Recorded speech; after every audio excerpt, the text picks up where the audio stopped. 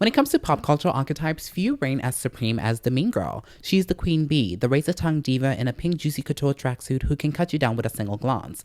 Think Regina George from Mean Girls, Chanel Oblin from Scream Queens, or Blair Waldorf from Gossip Girl, my personal favorite. Her power lies in her ability to wield social capital like a weapon, and her legacy has left an indelible mark on how we understand hierarchy, femininity, and shade. But somewhere along the lines, a curious prodigy emerged. Gay men, yes us, particularly those embracing femme mannerisms and expression, started slipping into her Manolos, adopting the mean girl complex with a fervor that's equal parts fabulous and fraught. So why do some gay men channel their inner Regina George, and what does it say about identity, community, and survival in a world that hasn't always been kind?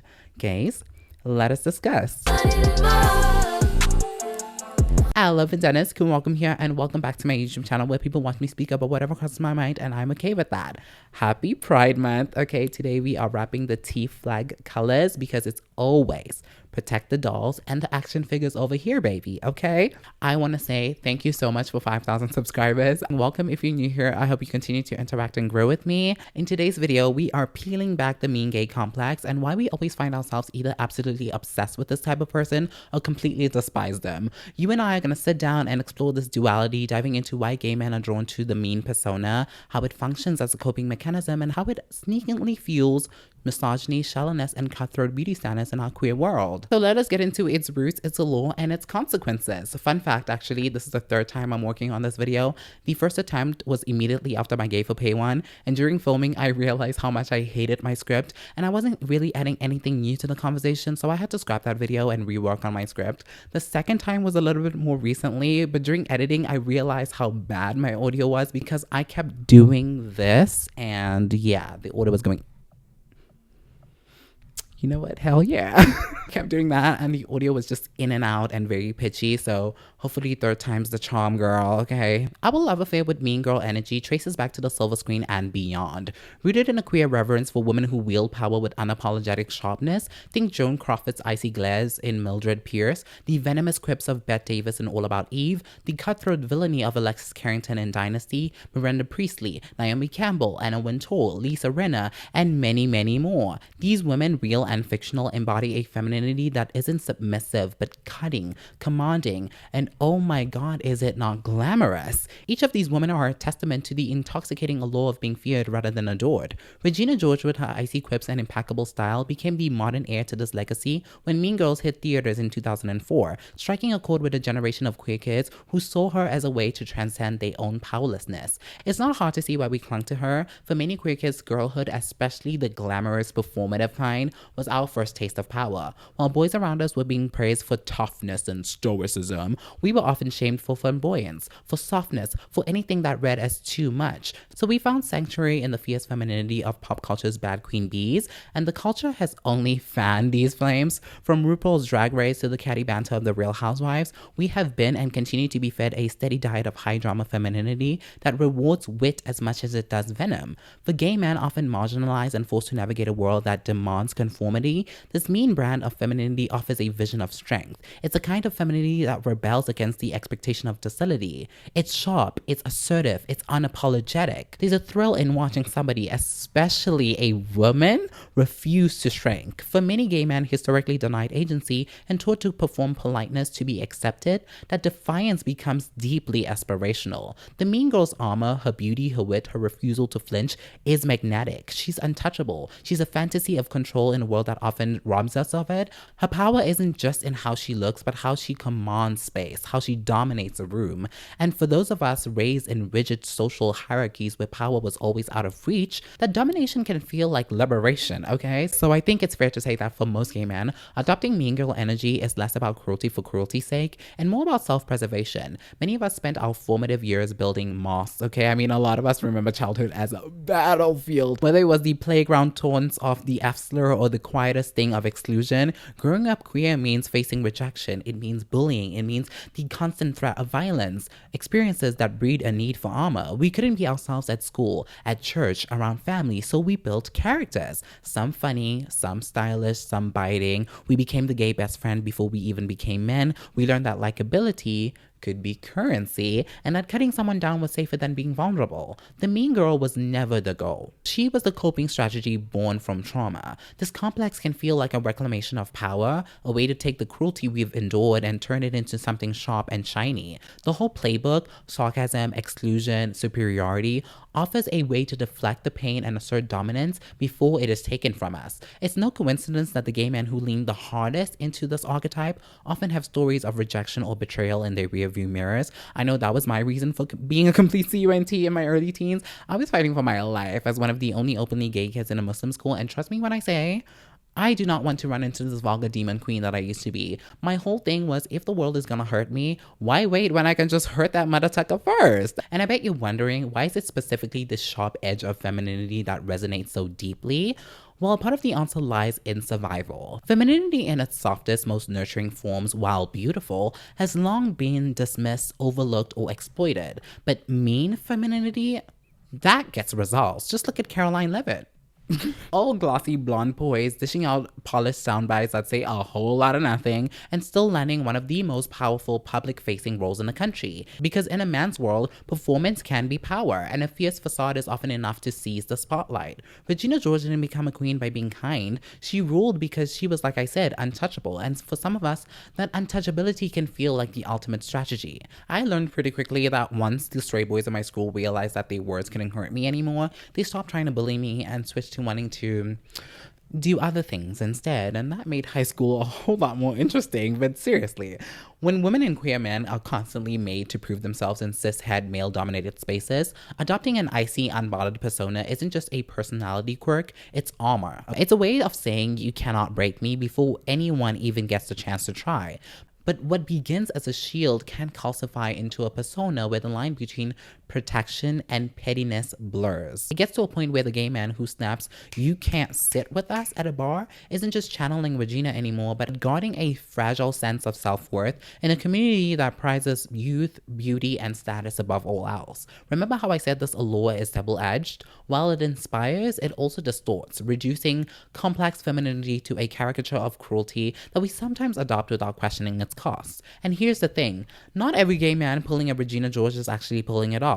Let's wake that tea up, okay? There's a razor thin line between embodying the cutting glamour of a queen bee and just being, well, George. And I'm talking skinny legend Mariah thin, okay? Without the charm, the wit, the self-awareness, the whole act starts to crumble. What's left is not iconic, but insecure, right? Petty jabs, hollow reads, and a desperate grasp at relevance. The mean girl complex only works when it's clever, when it performs confidence rather than masking insecurity, but too often it slips into something uglier, snide remarks, body shaming, gatekeeping, the same tools of exclusion we claim to resist. A gay man sneering at someone's outfit in public or brushing off a newcomer at the club with a "who even are you" isn't channeling Regina George anymore. He's recycling the high school cruelty many of us barely survived. Online, it gets even worse. On TikTok or Twitter, this persona metastasizes, right? Stan accounts with pop divas as their profile pictures tweet, "You're broke, you're ugly, be quiet," and raking thousands of likes, or call someone a fashion terrorist for wearing H&M.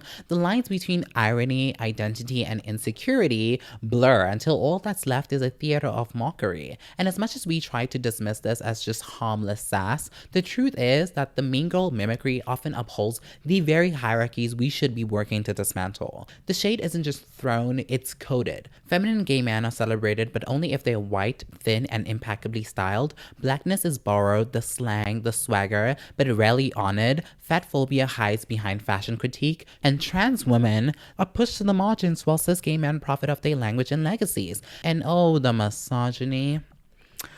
That's the rot at the core. We worship divas, call each other queens, and quote iconic women like Bible, but too often actual women are treated as props, punchlines, or competition. We idolize untouchable icons who stay with femininity, then sneer at real women who dare to do the same.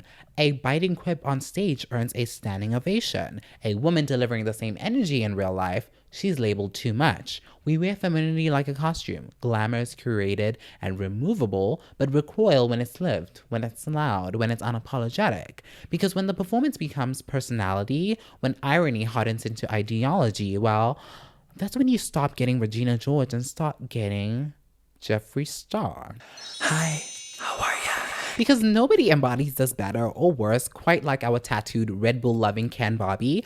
Rising from MySpace obscurity to YouTube infamy, Star built an empire on unapologetic vanity, cutting commentary, no holds barred attitude, razor sharp tongue, and continuously villainous mannerisms. His persona, equal parts Regina George and Cruella de Vil, thrives on shade. From his skating product reviews to his public feuds, Star's mean girl energy is a masterclass in self-preservation. A queer kid from Orange County who turned pain, rejection, and hate into a multi-million-dollar brand. For years, Jeffree has been the poster child for the toxic edges of the mean girl gay. He didn't just imitate the archetype, he industrialized it. And for a while, we, the internet, ate it up. I'm not gonna sit here and act like I was not obsessed with Jeffree Star. In fact, while scripting for this video, I had the whole Shane Dawson and Jeffree series playing in the background because that was my diva, okay? He was the Regina George of YouTube, icy, iconic, unbothered. But beneath the skin frost highlighter and the Himalayan Birkin bags lay a pattern too ugly to be masked by a stamped mug. From his falling out with Kat Von D, Trisha Paytas, Jackie Aina, Jacqueline Hill, Michaela Nogueira, amongst many, many others, Jeffree's career has been defined as much by controversy as by contour, and notably, it's often women who have borne the brunt of his cruelty. Jackie Aina, one of the most respected Black beauty influencers, called out Jeffree's racist past and got iced out. His 2017 apology video, All Tears and I've Changed act, didn't undo the block or the silence that followed, a classic mean girl sidestep. With Michaela Nogueira, the feud became another episode in his ongoing campaign to tear down successful women under the guise of truth-telling. And then there's Trisha Paytas, who Jeffree didn't just feud with, but allegedly bullied. She claims that he and Shane Dawson walked her weight and her mental health behind her back in Vegas, with the fallout surfacing much later.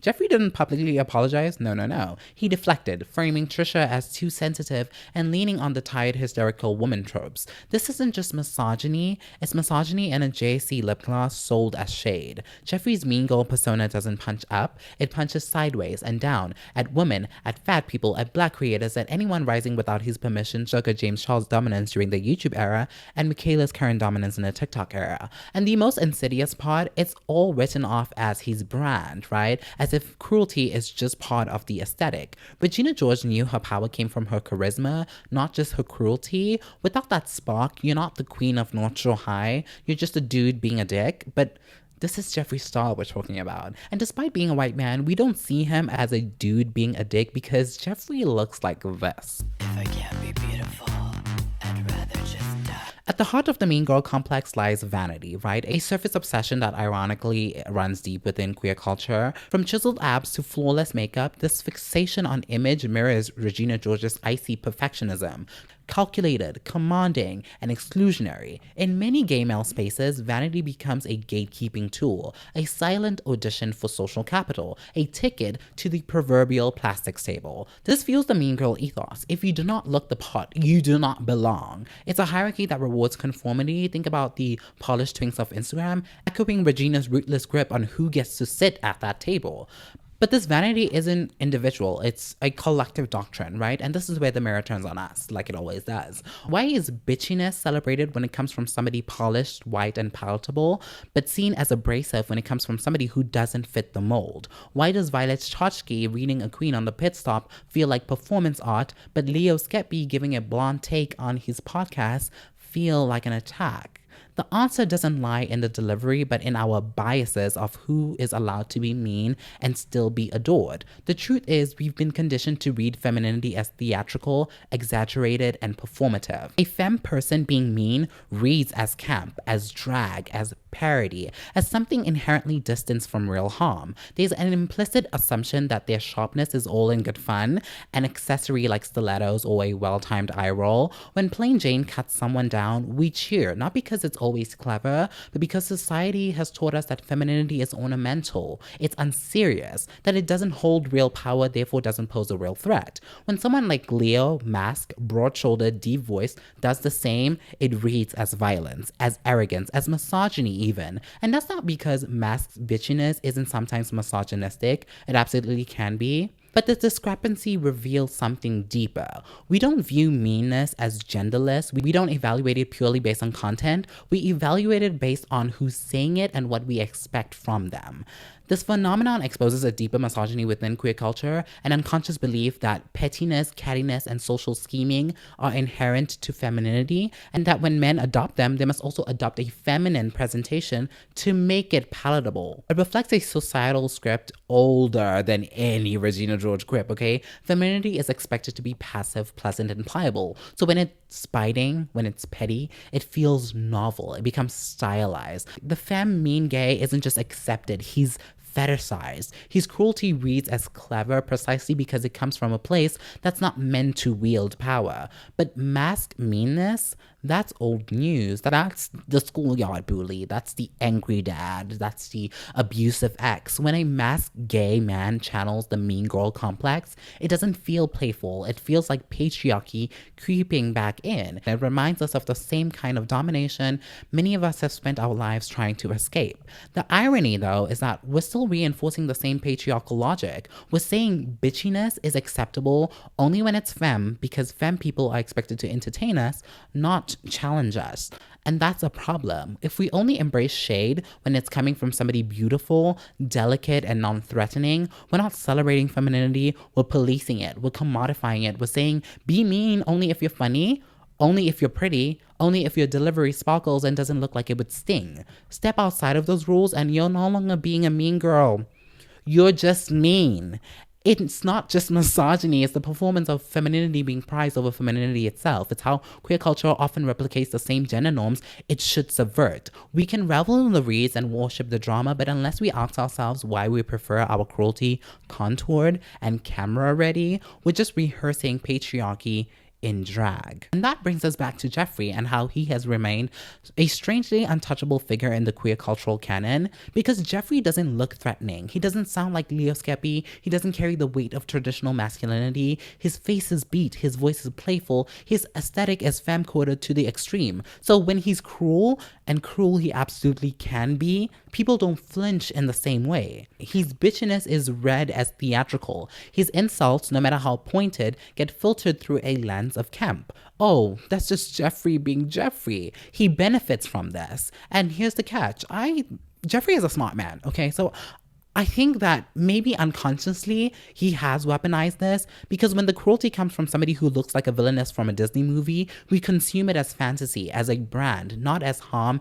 And that is dangerous because Jeffree has thrown more than shade, allegedly. He's used his platform to humiliate women, ice out creators, and silence criticism. And that has all been brushed off as drama, not damage. His meanness doesn't get taken seriously because he isn't read as serious. And that right there is the most insidious twist of all. Femme presentation, often dismissed and devalued by society at large, is here being used as a shield, one that deflects accountability. And what does this say about us? That we only recognize toxicity when it comes in the wrong packaging? That cruelty feels clever as long as it's served with a wink and wing liner? Jeffree Star isn't the outlier, okay? He is the blueprint, and we've seen many versions of him ever since. Proof of how we let performance excuse behavior, how we reduce femininity to aesthetics, and how queerness can mirror the same hierarchies it claims to subvert. At the end of the day, bitchiness is not inherently empowering, not when it's used to tear down instead of build up, not when it's used to gatekeep, mock, and silence, and especially not when it hides behind a fancy foundation while punching down. Because if we gay men are going to keep dressing up as Regina, it might be time we ask ourselves, are we reclaiming power or just replicating it? So where does that leave us? Is the mean gay still a necessary figure in queer culture or a relic of our collective trauma? The answer perhaps lies in the balance. On one hand, it's a delicious rebellion, a way to revel in our outsider status while staking a claim into the spotlight. There is power in wit, in sharp humor, in holding queer culture to high standards, because Lord knows how mediocre we'd be without the gays to keep us in check, okay? But on the other hand, it's a trap, right? There is a fine line between being clever and being cruel, between exclusivity as a defense mechanism and outright gatekeeping. The mean gay is both an icon and a cautionary tale. He teaches us how to survive, how to command respect, how to cultivate tastes. But he also reminds us of the dangers of turning survival into hierarchy. The goal should not be to eradicate the mean gay. I mean, straight people have their bitches. Okay, and gay people should be allowed to have them too. It's so fun to be mean sometimes, and we cannot all be Miss Congeniality. I'm sorry. But we have to evolve the mean gay, not to abandon the wit or the fierceness. Those are ours to keep, but to wield them with a little bit more grace. To channel the sharpness without the shallowness, the confidence without the cruelty, the curation without the exclusion. Ultimately, this phenomenon begs a reckoning. Can we embrace the mean girl without perpetuating her flaws, reimagining her not as a tyrant to emulate, but as a reminder that true strength doesn't need a burn book to shine? We're not Regina George, just George, and maybe that's enough. And that's it for this week's video. I hope you guys liked it. I hope you enjoyed it. Let me know all of your thoughts down below. I love hearing what you guys have to say. It's so fun to engage in the comment section. Thank you again so much for 5K subscribers, 5K subbies, 5K bandanas, okay? I love you guys, and I will see you guys in the next one. Remember, if you do not slay, you do not stay, and that's on period. Bye.